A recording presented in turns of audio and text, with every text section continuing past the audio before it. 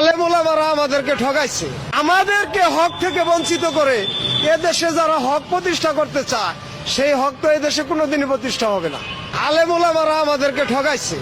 ওই আল্লামা মামুনুল হক বলেন, ওই মিজানুর রহমান আজহারি বলেন, এরা আমাদেরকে ঠকাইছে। কিভাবে জানেন? যে ওনারা বলে যে খেলাফত এদেশে প্রতিষ্ঠা করা হবে, হযরত উমর রাদিয়াল্লাহু আনহুর শাসন ব্যবস্থা বাংলাদেশে আনা হবে। তো হযরত উমর রাদিয়াল্লাহু আনহুর আমলে তো একটা পাহাড়ে একটা দুর্গম মানুষের খবরও তিনি জানতেন। আর আমরা যে চোখের সামনে রিক্সা চালক নিপীড়িত হইতেছি, ওই আলেম ওলামারা তো একদিনও কয় না।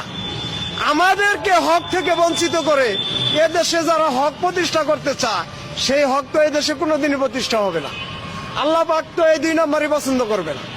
আলেম ওলামাদের দায়িত্ব ছিল যে আমরা রিক্সা চালক, আমাদের 60-70 বছর বয়স, আমাদের মানবাধিকার কি, আমাদের উপরে কি হক আছে, এই দেশে ইসলামের কি হক আছে আমাদের কাছে, আমরা এই রাষ্ট্রের কি হক পাই, এটা আমাদের চাইতে ওই আলেম ওলামারা ভালো জানে। কিন্তু ওনারাও আমাদেরকে সিস্টেমে ঠকাইতেছে। সিস্টেমে ঠকায় আমাদের তো কোনো জায়গায় তারা স্থানই দিচ্ছে না।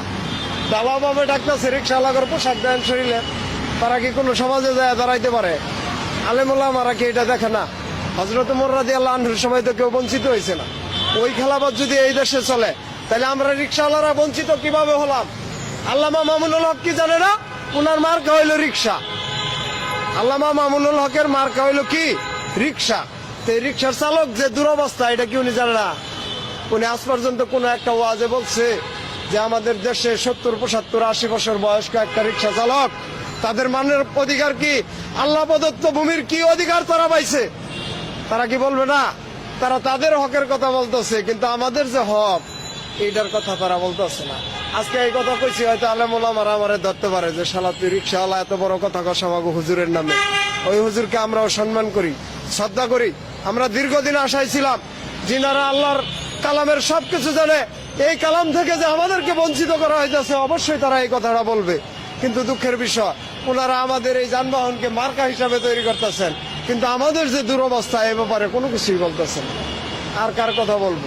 আমি তো শেখ হাসিনা, খালেদা জিয়া, অমুক তমুক কারো কথা বলি না। কেন? ওই নির্বাচনী ইশতেহার যখন আচরণবিধি ঘোষণা করে তখন কিন্তু নির্বাচন কমিশনই লিখে দেয় যে ভোটার না নেওয়া কয়টা রিক্সাওয়ালা করতে পারবো। তাহলে এটা কি ওই এমপি মহোদয়রা জানতো না? তারাও জানতো। তো সবাই মিলে একটা জাতিকে ঠকাইতেছে। আমি একলা বলে কি এটা পার করতে পারবো? তারপরও আমার যতটুকু সম্ভব আমি বলতেই থাকবো। কেন? আলেম ওলামাদের উচিত যে আমাদের নিয়ে কথা বলা। আমরা হক বঞ্চিত, আমরা মৌলিক অধিকার বঞ্চিত, মানব অধিকার বঞ্চিত, রাষ্ট্রীয় সেবা বঞ্চিত, সমস্ত সুযোগ থেকে বঞ্চিত, কিন্তু তারা আমাদের কথা বলে না। তারা আমাদের কথা বলে না। এখন আমার কথা হলো, আমি আপনাদের মাধ্যমে কথাগুলো জাতির সামনে তুলে ধরতে চাই। আমি কারো উপরে অভিযোগ করতে চাই না, আমি কাউকে দোষারোপ করতে চাই না। যেহেতু দেশ নতুন ভাবে স্বাধীন হয়েছে, এই নতুন দেশ, নতুন স্বাধীনতা সবাই সমানভাবে ভোগ করবে। আমাদেরকে বাদ দেওয়ার যে পায়তারা করা হইতেছে, আশা করি জাতির সামনে এই পায়তারা দেশবাসী মেনে নেবে না। যেহেতু আমরা তাদের দুর্যোগে পাশে থাকি, সমস্ত দুর্যোগে আমরা তাদের পাশে ছিলাম।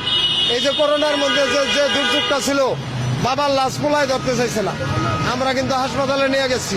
ওই নিউরো সায়েন্স আগারগাঁও, ওই মুগদা মেডিকেল, ওইসব জায়গায় কিন্তু আমরা নমুনা নিয়ে গেছি। আমরা কিন্তু ডরাই না। জাতির এই যে বৃষ্টিতে তলায় যায়, আমরা ছাড়া কিন্তু কোনো ভরসা থাকে না। আমরা জাতির দুর্যোগে থাকি।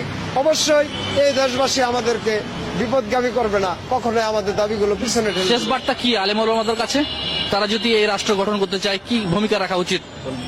আমি আলেম ওলামাদের কাছে বলছি যে আমি একজন মুসলমান, আমি ইসলামী শাসন চাই, আল কোরআনের শাসন চাই। এটা আমার চাওয়া, এটা আমার ইমানি দায়িত্ব। কিন্তু আমি আলেম ওলামাদের কাছে বলছি, আমরা রিক্সা চালক, আমরা অধিকার বঞ্চিত। আমাদের মৌলিক অধিকার নিয়ে তারা যেন কথা বলে।